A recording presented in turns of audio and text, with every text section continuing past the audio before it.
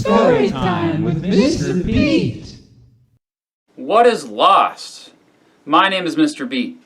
The people who came of age during World War I experienced a dark and horrible time in which many of their hopes and dreams had been crushed because of the war.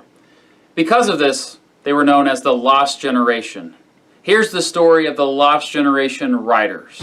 Once upon a time, there was a city named Paris, France. During the 1920s, lots of Americans moved there to escape institutionalized racism and the associated race riots, xenophobia, censorship, materialism, and prohibition. Perhaps most importantly, they escaped there because they could get a lot more stuff for their money due to a strong American dollar compared to a weaker French franc. Many of these American expatriates, or people living outside their home country, were writers and artists. They felt like they had more artistic freedom there than the United States. Perhaps the most famous of this group was a writer named Ernest Hemingway. He wrote a book called The Sun Also Rises. Published in 1926, the book is about a group of American expatriates who travel from Paris to watch the running bulls in Pamplona, Spain, among other things. At the beginning of the book, Hemingway quoted his friend and fellow writer Gertrude Stein, who called him and his friends, quote, the Lost Generation. Stein herself apparently heard the term from someone else, but regardless, from this point forward, the writers who came of age during World War I widely became known as the Lost Generation. All of these writers were American, while Hemingway, Stein, F. Scott Fitzgerald, and T.S. Eliot were among the most famous associated with this group. Other authors and artists that could get lumped in include James Joyce, Sherwood Anderson, John Dos Passos, John Steinbeck,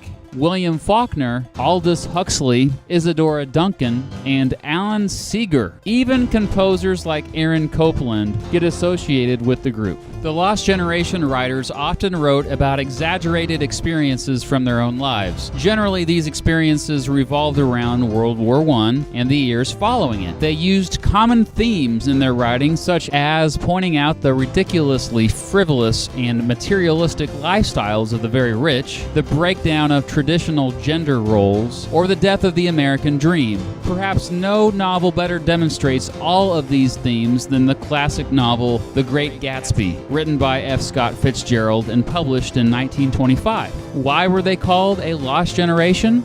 Perhaps it was the general lack of purpose or ambition caused by having all their hopes and dreams crushed by the war. Having seen pointless death and destruction on a wide scale, many of them had lost faith in the more traditional way of life. Because of this, some became careless with their actions, not setting goals or working towards something great. But they were great. Eventually, the term Lost Generation referred to all Americans who came of age experiencing the Great War. Basically, we're talking Americans born between 1883-ish and 1900-ish. It's through the art, though, we feel like we really get to know who this generation was and what they truly felt while going through such a stressful and anxious time.